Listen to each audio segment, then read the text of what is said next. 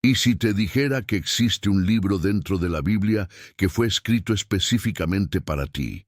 No para los judíos del primer siglo, no para los discípulos que caminaron junto a Jesús, para ti, hoy, ahora, en este momento en que estás escuchando estas palabras. No, no estoy hablando en metáfora. Estoy hablando de algo mucho más concreto, mucho más perturbador y mucho más liberador de lo que imaginas. El libro de Mateo comienza con una lista de nombres, 42 generaciones de nombres. Y la mayoría de las personas salta esa parte, lee por encima, piensa, esto es solo protocolo, solo historia, solo tradición. Pero ¿y si te dijera que en esa lista de nombres está escondida la primera revelación explosiva de todo el Evangelio? ¿Y si en esa genealogía que nadie quiere leer estuviera la clave para entender quién es realmente Jesús? Quédate conmigo, porque lo que voy a mostrarte hoy va a cambiar la forma en que lees no solo a Mateo, sino toda la Biblia. Antes que nada, necesitas entender quién era Mateo. No el evangelista de ícono dorado que la tradición pintó, el hombre real, el hombre que vivía en una mesa de piedra al borde del camino de Cafarnaúm, cobrando impuestos a sus propios hermanos judíos en nombre del Imperio Romano. Mateo, cuyo nombre en hebreo era Matai, que venía de una raíz que significa regalo de Dios, era un colaborador del ocupante extranjero, era el tipo de persona que los judíos del primer siglo evitaban mirar a los ojos. Era considerado impuro, traidor, indigno de sentarse a la mesa de cualquier hombre honesto, y fue exactamente ese hombre a quien Jesús eligió para escribir su primer evangelio. Piensa en eso por un instante. Dios podría haber elegido a un sacerdote, a un fariseo culto, a un estudioso de la Torá. Podría haber elegido a alguien cuya reputación no fuera una mancha, pero no. Eligió al hombre que todo el mundo había descartado, al hombre que había cambiado la fe de sus padres por una mesa de cobros, al hombre que cargaba en el rostro la mirada de desprecio de toda su comunidad. Y aquí hay algo que va a sacudirte. Mateo escribió su evangelio pensando en personas exactamente así, personas que sienten que están del lado equivocado de la historia. Personas que cargan un pasado del que se avergüenzan. Personas que fueron descartadas, olvidadas, juzgadas. ¿Te identificas con alguna de esas categorías? Entonces, este evangelio fue escrito para ti. Volvamos a la genealogía, porque es más revolucionaria de lo que parece. En el mundo judío del primer siglo, una genealogía era una declaración de identidad. Era la prueba de que pertenecías. ¿Hijo de quién? ¿Nieto de quién? ¿Cuál es tu linaje? Eso determinaba si tenías voz, si tenías respeto, si tenías lugar. Mateo comienza así: libro de la genealogía de Jesucristo, hijo de David, hijo de Abraham. En griego el texto dice Biblos Geneseos, que es exactamente el mismo término usado al inicio del Génesis, cuando Dios comienza a narrar la historia de la creación. Mateo está diciendo algo audaz. Una nueva creación comenzó. Una nueva historia está siendo inaugurada. Y esta historia comienza con un nombre que lleva dos promesas. La promesa de Abraham, de que en su descendencia todas las naciones de la tierra serían bendecidas. Y la promesa de David, de que de su linaje surgiría un rey que reinaría para siempre. Pero dentro de esta genealogía, algo completamente inusual ocurre. Mateo incluye mujeres. En el mundo antiguo, las genealogías eran casi siempre masculinas. El linaje pasaba de padre a hijo. La mujer era invisible en ese registro. Y sin embargo, Mateo menciona 4 mujeres antes siquiera de llegar a María, la madre de Jesús. Y no son 4 mujeres de biografía impecable. Son 4 mujeres con historias complicadas, controversiales, que cualquier escriba más prudente habría borrado. Tamar, que se disfrazó de prostituta para engañar a su propio suegro y recibir lo que le correspondía por ley. Rahab, la meretriz de Jericó, que traicionó a su propia ciudad para salvar a los espías israelitas. Ruth, la moabita, descendiente de un pueblo que los judíos consideraban impuro, y Betsabé, la mujer de Urías, que es mencionada así, no por su nombre, sino por su relación con un marido al que David mandó matar para quedarse con ella. 4 mujeres, 4 historias que escandalizarían a cualquier escriba de la época. Y Mateo las coloca allí deliberadamente, como un grito silencioso antes incluso de que Jesús naciera. El Mesías no vino de un linaje limpio. Vino de un linaje humano, manchado, complejo, lleno de fallas y redención. Esto no es descuido, es teología. Es Mateo diciendo, el Salvador que viene no es para los que se consideran puros, es para los que saben que no lo son. ¿Te sientes impuro? ¿Cargas una historia que preferirías que nadie supiera? ¿Tienes un pasado que contradice quién quieres ser hoy? Estás en la genealogía de Jesús. Ahora viene el nacimiento. Y Mateo narra desde un ángulo que Lucas no usa. Lucas cuenta la historia desde la perspectiva de María. Mateo la cuenta desde la perspectiva de José. Y lo que vemos en José es algo de una belleza devastadora. Él descubre que la prometida está embarazada, sabe que no es el padre, y la ley era clara. María podría ser acusada públicamente, apedreada, destruida, pero el texto dice que José, siendo justo y no queriendo exponerla al escándalo público, resolvió separarse de ella en secreto. Aquí la palabra griega usada para justo es dikaios, que en el contexto judío significaba alguien que cumplía la ley al pie de la letra. Y la ley decía que José tenía el derecho, casi el deber, de exponer a María. Pero él eligió misericordia en vez de juicio. Eligió proteger en vez de castigar, y fue exactamente a ese hombre a quien Dios envió el ángel para revelar el misterio de la encarnación. Piensa en lo que eso significa. Dios reveló su mayor secreto a un hombre que había elegido misericordia en vez de juicio. No a un sacerdote en el templo, no a un doctor de la ley estudiando las Escrituras, a un carpintero que había decidido no destruir a una mujer que aparentemente lo había traicionado. Dios se revela a los misericordiosos. ¿Eso te incomoda? ¿Eso te confronta? Me confronta a mí, porque ¿cuántas veces elegí el juicio cuando podría haber elegido la misericordia? ¿Cuántas veces apliqué la ley cuando Dios me estaba pidiendo gracia? El nombre que el ángel le da al Hijo es doble. Será llamado Jesús, Yeshua en hebreo, que significa el Señor salva. Y será llamado Emmanuel, que significa Dios con nosotros. 2 nombres que revelan 2 dimensiones del mismo misterio. Él es salvación y es presencia. No solo nos libra de algo, permanece con nosotros. Y Mateo va a cerrar su evangelio con exactamente esas palabras, como un marco que envuelve todo. He aquí que estoy con vosotros todos los días, hasta la consumación de los siglos. El evangelio comienza con Emmanuel, Dios con nosotros, y termina con yo estoy con vosotros. Todo lo que está en el medio es el despliegue de esa promesa. Dios no solo nos salva y se va, Él se queda. Ahora llegamos a los magos, y aquí necesitas derribar todo lo que crees que sabes sobre esa escena. La palabra griega es magoi, que en el mundo persa designaba una clase de estudiosos, astrólogos, intérpretes de sueños y consejeros de reyes.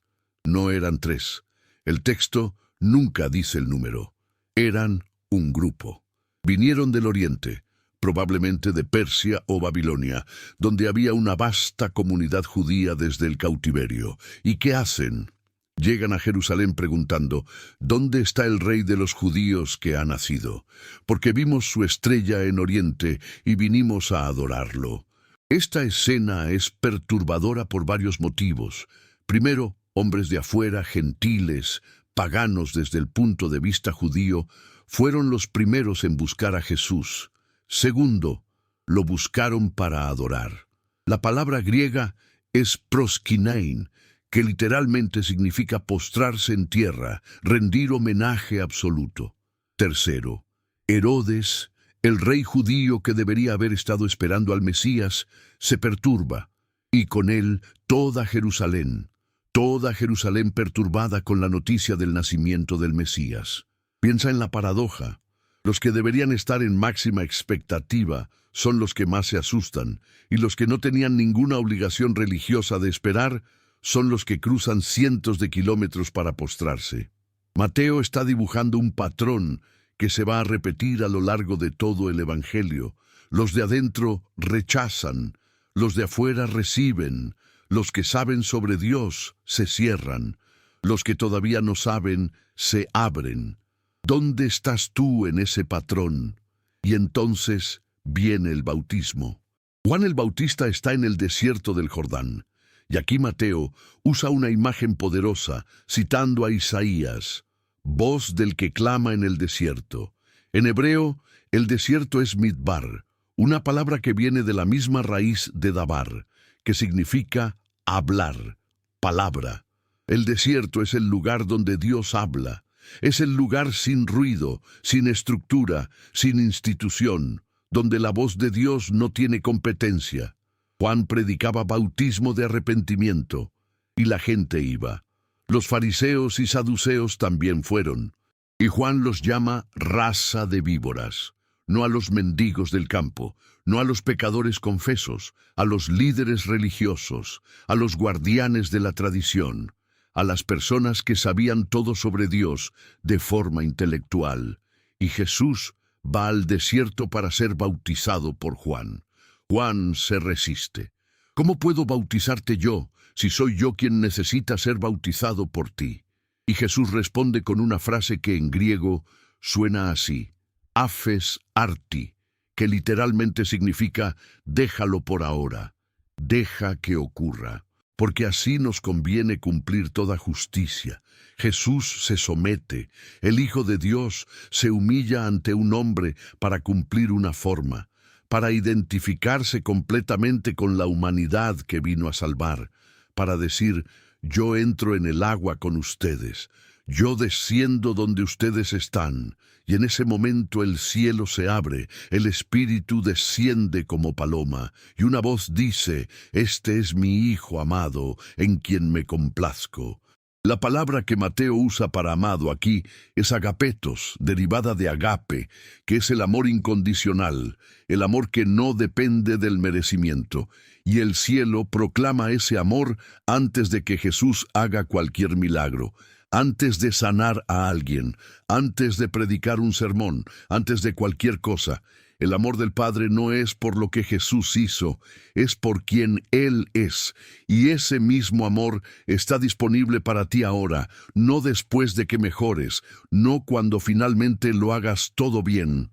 Ahora, tal como eres. Justo después del bautismo viene la tentación en el desierto, y aquí Mateo registra algo de una sutileza extraordinaria. Las 3 tentaciones de Satanás son una deconstrucción de las 3 mayores debilidades del camino espiritual.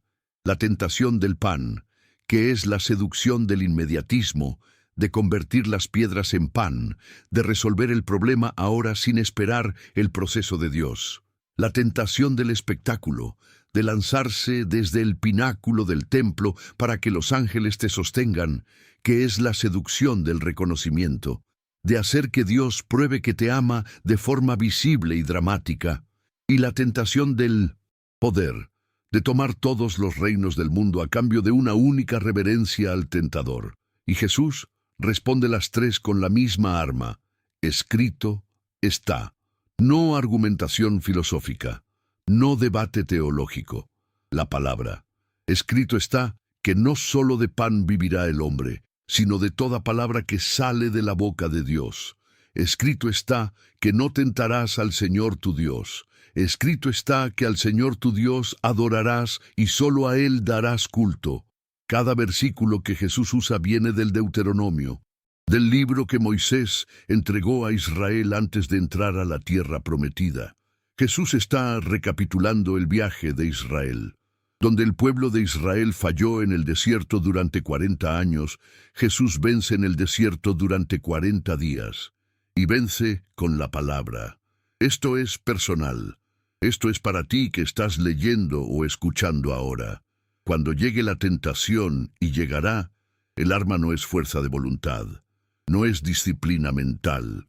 Es la palabra de Dios, guardada en el corazón, lista para ser activada en el momento de la crisis. ¿Has estado guardando la palabra?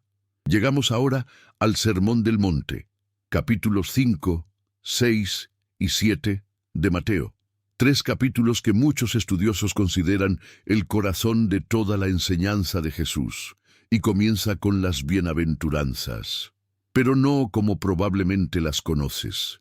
La palabra Macarios, generalmente traducida como bienaventurado o feliz, viene de un concepto griego que significa algo como profundamente satisfecho en la esencia, aquel que está en un estado de bienestar que no depende de las circunstancias externas. No es felicidad superficial, es plenitud interior. Y Jesús declara esa plenitud ¿para quién? Para los pobres de espíritu, para los que lloran, para los mansos, para los que tienen hambre y sed de justicia, para los misericordiosos, para los puros de corazón, para los pacificadores, para los perseguidos por causa de la justicia. En ninguna de esas categorías está el fuerte, el victorioso, el exitoso, el aclamado. Jesús está poniendo de cabeza todos los valores del imperio romano que dominaba ese mundo. El imperio decía: bienaventurado es el poderoso, el rico, el que conquista. Jesús dice: bienaventurado es el que reconoce su propia insuficiencia, el que llora, el que sirve. Y aquí hay algo que va a sorprenderte si no conoces el contexto. El Sermón del Monte es predicado en una colina, en hebreo, Har. Y los oyentes de Mateo, judíos del primer siglo, al escuchar a Jesús subir al monte para enseñar la ley de Dios, inmediatamente pensarían en Moisés en el Sinaí. Mateo está presentando a Jesús como el nuevo Moisés, el dador de una nueva ley, no una ley que reemplaza a la antigua, sino que la cumple, que la profundiza hasta la raíz de la intención. Jesús dice: oísteis que fue dicho a los antiguos, pero yo os digo, 6 veces aparece esa fórmula: no matéis, pero yo os digo que ni cultivéis la ira. No cometáis adulterio, pero yo os digo que ni miréis con deseo. No juréis en falso, pero yo os digo que ni necesitéis jurar, que vuestra palabra sea suficiente. Jesús no está aboliendo la ética, está internalizándola. Está diciendo: la transformación que Dios quiere no es solo de comportamiento externo, es de corazón, es de intención, es de quién eres cuando nadie está mirando. Y entonces, en el capítulo 6, viene el Padre Nuestro. Y necesito decirte algo que probablemente nadie jamás te dijo sobre esa oración. La palabra con que Jesús nos enseña a dirigirnos a Dios es Abba, Padre Nuestro. Y esa palabra en arameo, que era la lengua que Jesús hablaba en el día a día, era la palabra que los niños pequeños usaban para llamar al Padre. Era una palabra de intimidad doméstica. Era el equivalente a nuestro papá. En el mundo del primer siglo, ningún judío se atrevería a dirigirse a Dios con ese nivel de intimidad. Dios era el Todopoderoso, el Santo, el Creador. Te acercabas a Dios con temor, con distancia, con reverencia formal. Y Jesús llega y dice: cuando ores, llámalo Padre, llámalo Papá. Eso no es trivialidad, eso es una revolución teológica. Eso es la declaración de que la relación entre Dios y el ser humano fue radicalmente redefinida. Ya no es distancia sagrada, es proximidad familiar. ¿Has estado orando a Dios con esa intimidad? ¿O todavía oras con la formalidad de quien habla con un extraño poderoso? En el mismo sermón, Jesús hace una afirmación que parece simple, pero es profundamente perturbadora. Buscad primero el reino de Dios y su justicia, y todas estas cosas os serán añadidas. La palabra griega para buscar es seteo, que implica búsqueda activa, intensa, prioritaria. Y la palabra para primero es protón, que quiere decir antes que todo lo demás. Jesús no dice que ignores las necesidades materiales.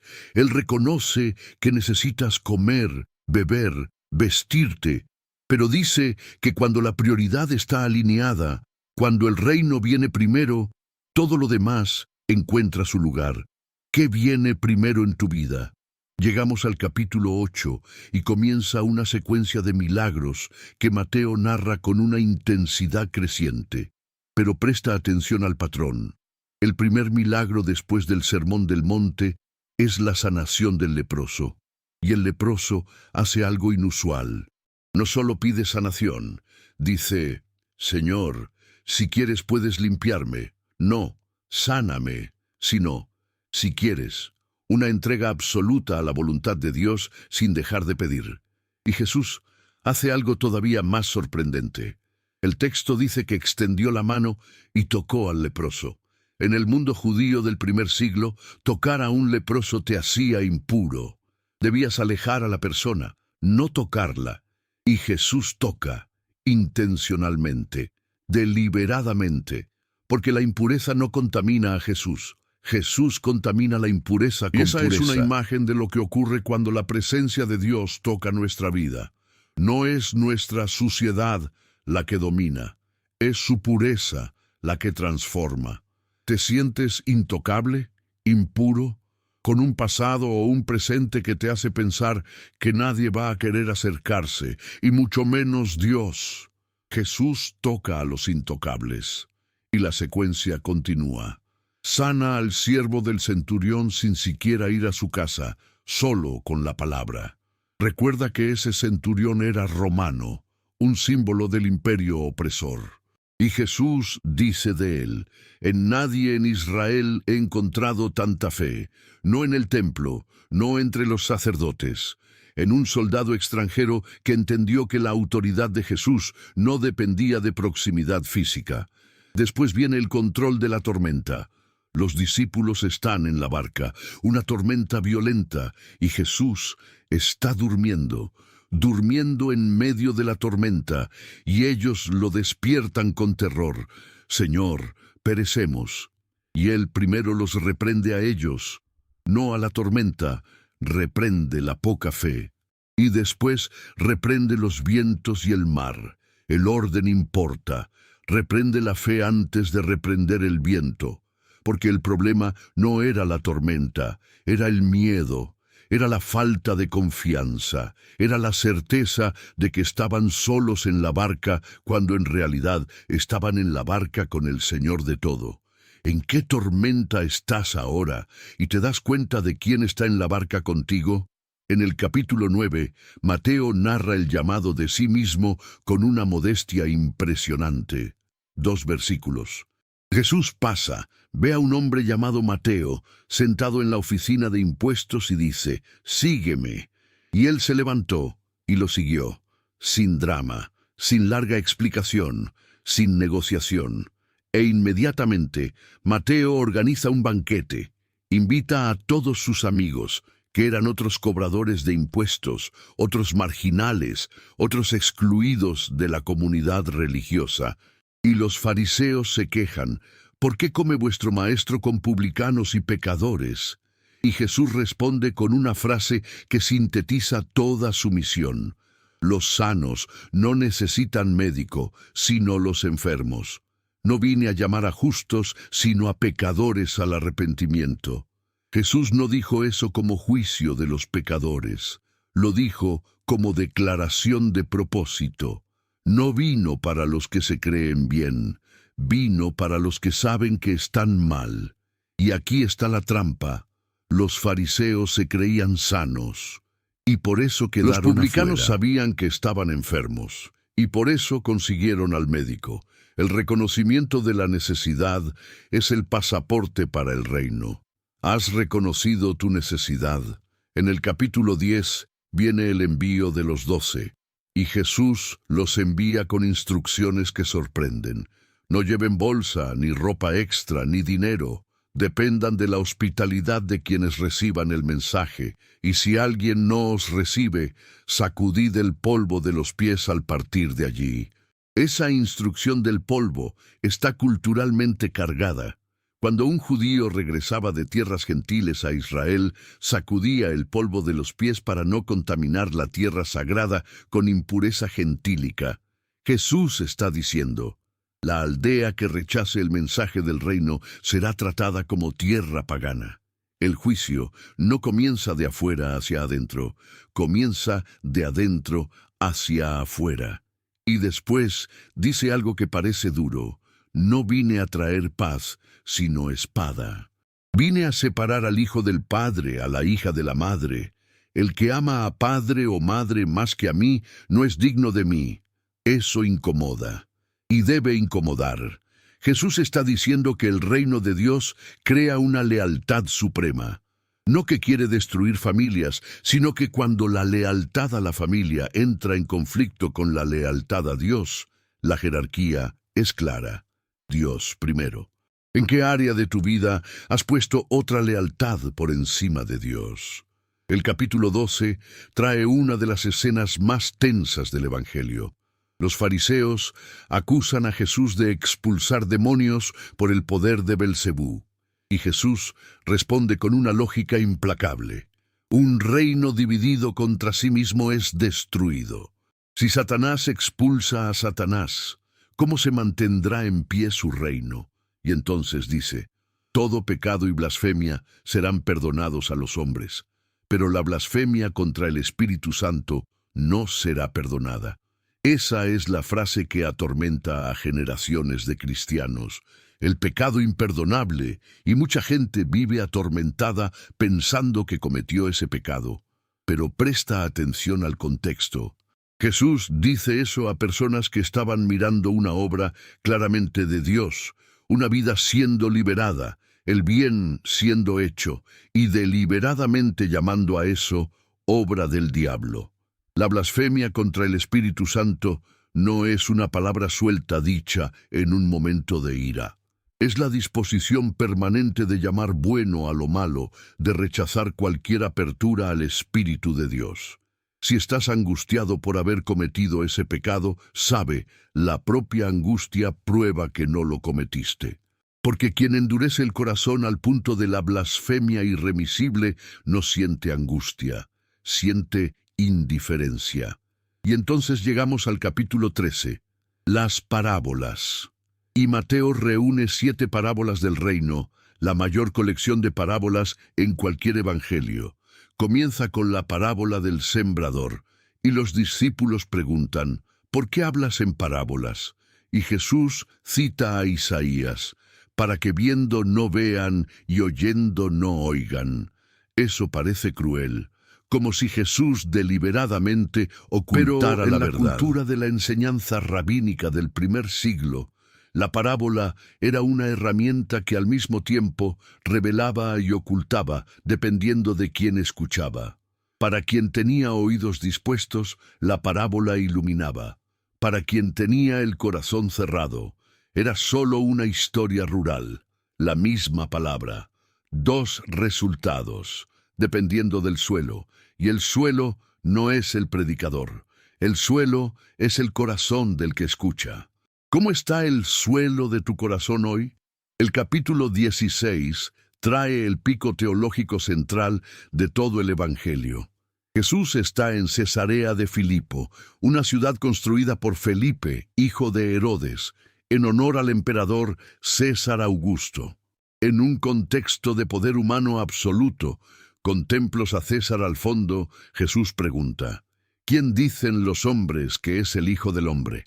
Y después, más específico: ¿y vosotros, quién decís que soy yo?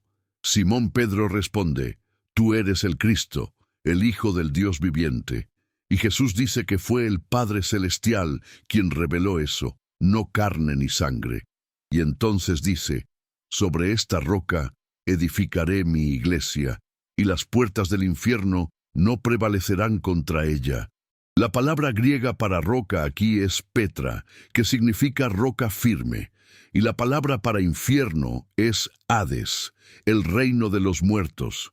Las puertas del Hades, en la cosmología antigua, eran las puertas que retenían a los muertos adentro. Jesús está diciendo que su iglesia, fundada sobre la confesión de quien Él es, va a invadir el reino de la muerte y arrancar de allí lo que pertenece a Dios. La iglesia no está a la defensiva, está a la ofensiva. Las puertas del Hades no pueden resistir a la iglesia que sabe quién es Jesús. ¿Sabes quién es Jesús? No en el nivel de la teología decorada, en el nivel de la experiencia personal, de la revelación que vino de adentro, del reconocimiento que el Padre produjo en tu alma. Y entonces Jesús comienza a hablar de la cruz. Y Pedro, el mismo que acaba de hacer la confesión suprema, reprende a Jesús. Esto no te sucederá. Y Jesús, al mismo Pedro, le dice ahora, apártate de mí, Satanás. El mismo hombre que hace segundos fue instrumento de la revelación divina es ahora instrumento de tentación. Eso es aterrador y liberador al mismo tiempo, porque significa que la grandeza espiritual de un momento no nos protege de la debilidad del siguiente. Pedro fue el mayor y el menor en el mismo instante, y así somos nosotros. Arriba del monte el lunes, en el fondo del pozo el jueves. Y Dios está en ambos lugares. En el capítulo 18 Jesús hace algo que va en contra de toda la lógica del poder del primer siglo. Pone a un niño en medio de los discípulos que estaban disputando quién era el mayor en el reino, y dice, si no os convertís y os hacéis como niños, de ningún modo entraréis en el reino de los cielos. El que se humille como este niño, ese es el mayor en el reino de los cielos. En el mundo romano, los niños no tenían estatus, no tenían voz, eran propiedad de los padres. Jesús toma al ser sin poder ni estatus y lo declara el modelo del reino, porque el reino de Dios no es una meritocracia, es una familia, y en la familia de Dios lo que importa no es cuánto produjiste, es quién eres. Y en el mismo capítulo, la parábola del siervo sin misericordia. Un siervo es perdonado de una deuda de 10,000 talentos, valor absolutamente impagable, equivalente a décadas de trabajo. E inmediatamente sale y agarra a un compañero que le debía 100 denarios, una cantidad pequeña, y lo ahoga hasta conseguir el pago. El rey, al enterarse, lo entrega a los verdugos hasta que pague todo lo que debía. Y Jesús dice, así os hará mi Padre Celestial si cada uno de vosotros no perdona de corazón a su hermano.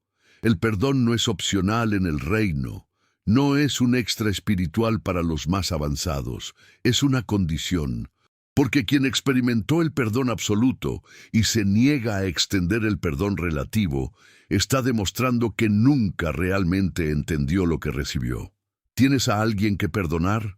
¿A alguien a quien estás agarrando del cuello mientras Dios te perdonó una deuda impagable? El capítulo 19 trae una escena que contrasta con todo lo que el poder enseñaba. Un joven rico va hasta Jesús y pregunta qué debe hacer para tener la vida eterna, y cumple todos los mandamientos desde la infancia. Jesús lo mira y lo ama, y entonces dice, ve, vende todo lo que tienes, dáselo a los pobres y ven y sígueme. Y el joven se va triste, porque tenía muchas propiedades. Jesús no dijo eso para enseñar que la riqueza es pecado.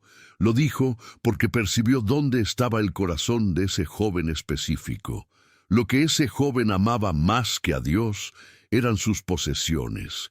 Y Jesús, que lo amaba, le dio la oportunidad de cambiar lo menor por lo mayor. Y él rechazó. Y entonces los discípulos preguntan alarmados, ¿quién entonces puede salvarse? Y Jesús dice, para los hombres eso es imposible, pero para Dios todo es posible. La salvación no es una conquista humana, es un regalo divino. No te salvas por esfuerzo, por disciplina ni por mérito. Eres salvo porque Dios hace lo imposible. Llegamos al capítulo 21 y la entrada triunfal en Jerusalén. Jesús entra a la ciudad montado en un borriquillo, cumpliendo la profecía de Zacarías. Decid a la hija de Sión, he aquí que tu rey viene a ti, humilde, montado en asno. Todo el pueblo grita hosana al hijo de David, que en hebreo significa sálvanos ahora, una aclamación real. Lanzan mantos y ramas de palma en el camino. Pero hay algo profundamente irónico aquí que los estudiosos frecuentemente señalan. Mientras Jesús entraba por una puerta de Jerusalén montado en un borriquillo, por el otro lado de la ciudad entraba Poncio Pilato en gran cortejo militar, con caballos, espadas y soldados, para garantizar el orden durante la Pascua, cuando la ciudad se llenaba de peregrinos. Dos cortejos, dos reyes, dos tipos de poder, y el pueblo aclamaría a uno y condenaría al otro en menos de una semana. Eso duele, porque nosotros hacemos lo mismo. Aclamamos a Jesús cuando nos conviene y recurrimos a los poderes del mundo cuando necesitamos resultado inmediato. Y Jesús entra al templo y expulsa a los vendedores y cambistas, y usa una expresión doble cargada de profecía. Escrito está que mi casa será llamada casa de oración, pero vosotros la habéis convertido en cueva de ladrones. La primera parte es de Isaías. La segunda es de Jeremías, que pronunció ese juicio cuando el templo fue destruido por primera vez. Jesús está apuntando a una nueva destrucción, no solo expulsando vendedores, pronunciando sentencias sobre un sistema religioso que perdió el corazón. El sistema religioso puede convertirse en cueva de ladrones. Puede robarle a las personas el espacio sagrado de encuentro con Dios y reemplazarlo por transacción religiosa. ¿Tienes verdaderamente un espacio de oración en tu vida? ¿O tienes solo una rutina religiosa que llena el espacio donde debería estar la intimidad con Dios? Los capítulos 23 al 25 forman un bloque de enseñanza que Mateo estructura como el gran juicio de los religiosos y el gran discurso sobre el fin de los tiempos. Jesús pronuncia sus 7 ayes contra los escribas y fariseos. 7 veces hipócritas. 7 veces cerráis la puerta del reino a los hombres. 7 veces guías ciegos. Y culmina en una lamentación devastadora sobre Jerusalén. Jerusalén, Jerusalén, que matas a los profetas y apedreas a los que te son enviados. ¿Cuántas veces quise reunir a tus hijos como la gallina reúne a sus polluelos bajo las alas, y no quisiste? ¿Cuántas veces quise? El dolor en esa frase no es el dolor del poderoso que fue desafiado, es el dolor del amor que fue rechazado, es el dolor de la gallina que extiende las alas y los polluelos se niegan a refugiarse. Dios extiende las alas. ¿Estás debajo de ellas? En el capítulo 24 viene el gran discurso escatológico. Guerras, terremotos, falsos profetas, la señal del Hijo del Hombre, la venida. Y en medio de toda esa profecía sobre el futuro, una frase que ancla todo en el presente. El que persevere hasta el fin, ese será salvo.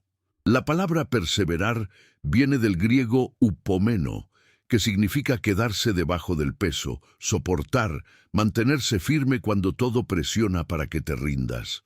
La perseverancia no es entusiasmo pasajero, es fidelidad bajo presión. Es la decisión de permanecer cuando la emoción pasó, cuando la respuesta todavía no llegó, cuando el costo está siendo cobrado. Y en el capítulo 25, las 3 parábolas del juicio, las 10 vírgenes, los talentos y las ovejas y los cabritos, y la última de las 3 es la que más me corta, el juicio de las naciones. El Hijo del Hombre reúne a todas las naciones y las separa como el pastor separa las ovejas de los cabritos. Y a los de la derecha dice: Venid, benditos de mi Padre, porque tuve hambre y me disteis de comer, tuve sed y me disteis de beber, era forastero y me acogisteis, estaba desnudo y me vestisteis, estaba enfermo y me visitasteis, estaba en la cárcel y vinisteis a verme. Y ellos preguntan confundidos: ¿Cuándo te vimos con hambre y te dimos de comer? Y él responde, en verdad os digo que siempre que lo hicisteis a uno de estos mis hermanos más pequeños, a mí me lo hicisteis, a los más pequeños. En griego, el achiston, los de menor estima, los sin importancia, los invisibles para el sistema. Jesús se identifica con los descartados, con los que nadie nota, con los que no tienen voz ni poder ni influencia. Y el juicio no es sobre doctrina, no es sobre afiliación religiosa, es sobre si viste a Jesús en los rostros de los que necesitaban y respondiste. ¿Has estado viendo a Jesús en los rostros que te rodean? Y entonces llegamos a la última cena, y Mateo agrega un detalle que Marcos omite. Cuando Jesús distribuye el cáliz y dice, «Bebed de él todos, porque esta es mi sangre del nuevo pacto», añade, que es derramada por muchos para remisión de los pecados.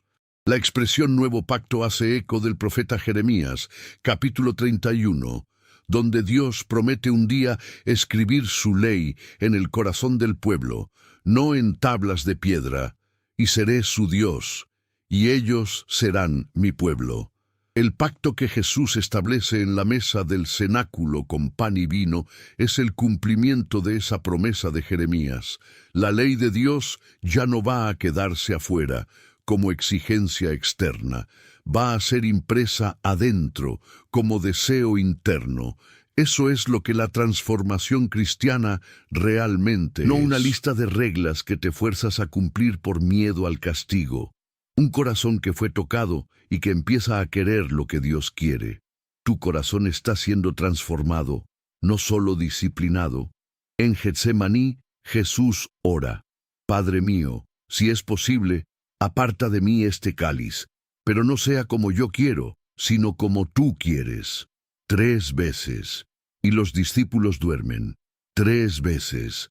Pedro, que horas antes había jurado morir con Jesús, no puede mantenerse despierto 1 hora para orar.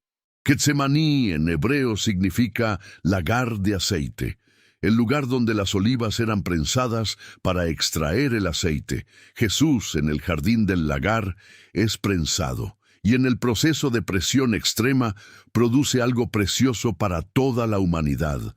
Tus dolores no son desperdiciados. La presión que sientes puede estar produciendo algo precioso. La traición de Judas, la negación de Pedro, el juicio ante Pilato. Y en cada etapa, Mateo está mostrando algo. Jesús no está siendo víctima de las circunstancias. Está cumpliendo lo que vino a hacer. Cuando Pilato intenta lavarse las manos, Jesús permanece en silencio majestuoso. Cuando los soldados lo azotan y se burlan, no llama a los ángeles que están a su disposición. Hay un momento en que los fariseos gritan, «Desciende ahora de la cruz y creeremos en él». Y Jesús no baja, porque no vino a demostrar poder a los que exigen prueba, vino a salvar a los que necesitan salvación. En la cruz grita, «Elí, Elí, lama sabactani», Dios mío, ¿por qué me has abandonado?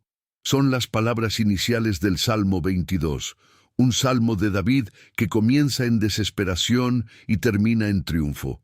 Jesús no está solo expresando agonía, está citando un salmo que los judíos conocían de memoria. Está apuntando a una narrativa que los oyentes deberían reconocer. El salmo que comienza en el abandono termina con el anuncio de que Dios no despreció ni abominó la aflicción del afligido.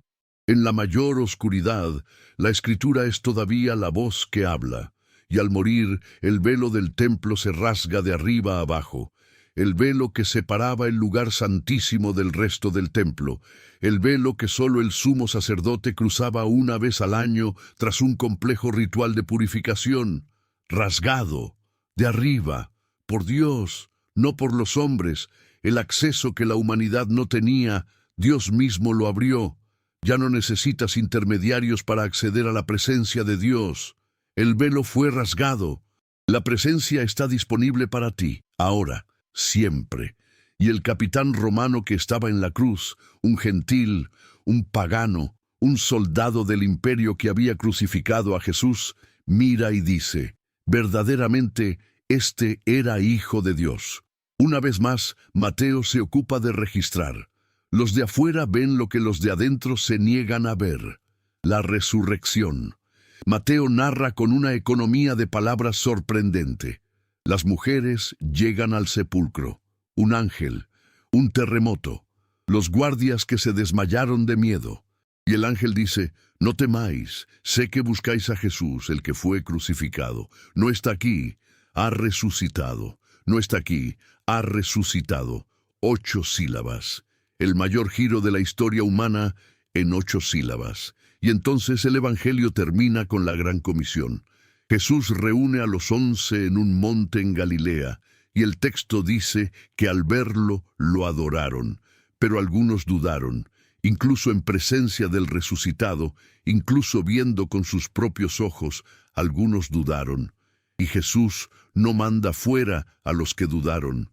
La comisión es dada a todos. Id y haced discípulos de todas las naciones. La palabra naciones es etne en griego, de donde viene étnico. Todos los grupos humanos, toda etnia, todo idioma, toda cultura. La promesa a Abraham de que en su descendencia todas las naciones serían bendecidas es ahora el mandato de la Iglesia, bautizándolos en el nombre del Padre, del Hijo y del Espíritu Santo.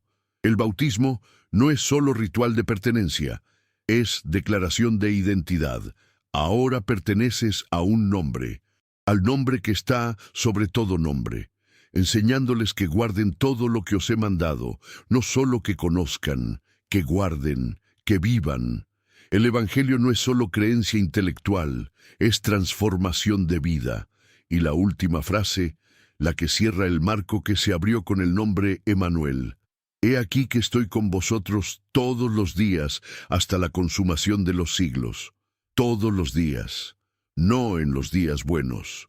No en los días de victoria espiritual. Todos los días. Los días de duda.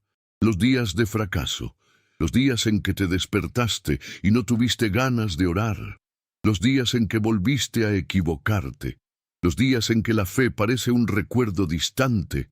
En todos esos días, Él está con vosotros. Y aquí es donde el círculo se cierra de una forma que me deja sin palabras cada vez que reflexiono sobre esto. El Evangelio de Mateo comienza con una genealogía llena de personas imperfectas, mujeres con historias complicadas, hombres que fallaron y fueron rescatados. Y termina con una promesa de presencia permanente para un grupo de discípulos que incluye a uno que dudó hasta el final. Dios no comienza la historia con los perfectos, no termina con los que ya no tienen dudas. Empieza y termina con quien está dispuesto a estar en el camino, aunque tropiece. Eso es el Evangelio según Mateo. No la religión de los que llegaron. Es el camino de los que todavía van. No la teología de los que entienden todo. Es la confianza de los que aprendieron a depender de quien lo sabe todo. Y aquí está la verdad que cambia todo. La verdad que Mateo pasó 28 capítulos construyendo para entregarte en este momento. No necesitas ser suficiente. No necesitas tener una historia limpia. No necesitas haber llegado. No necesitas haber resuelto todas tus dudas. Necesitas a un Dios que entró en el linaje de los imperfectos, que tocó a los intocables, que comió con los excluidos, que murió por los indignos y que resucitó para quedarse con los que todavía dudan.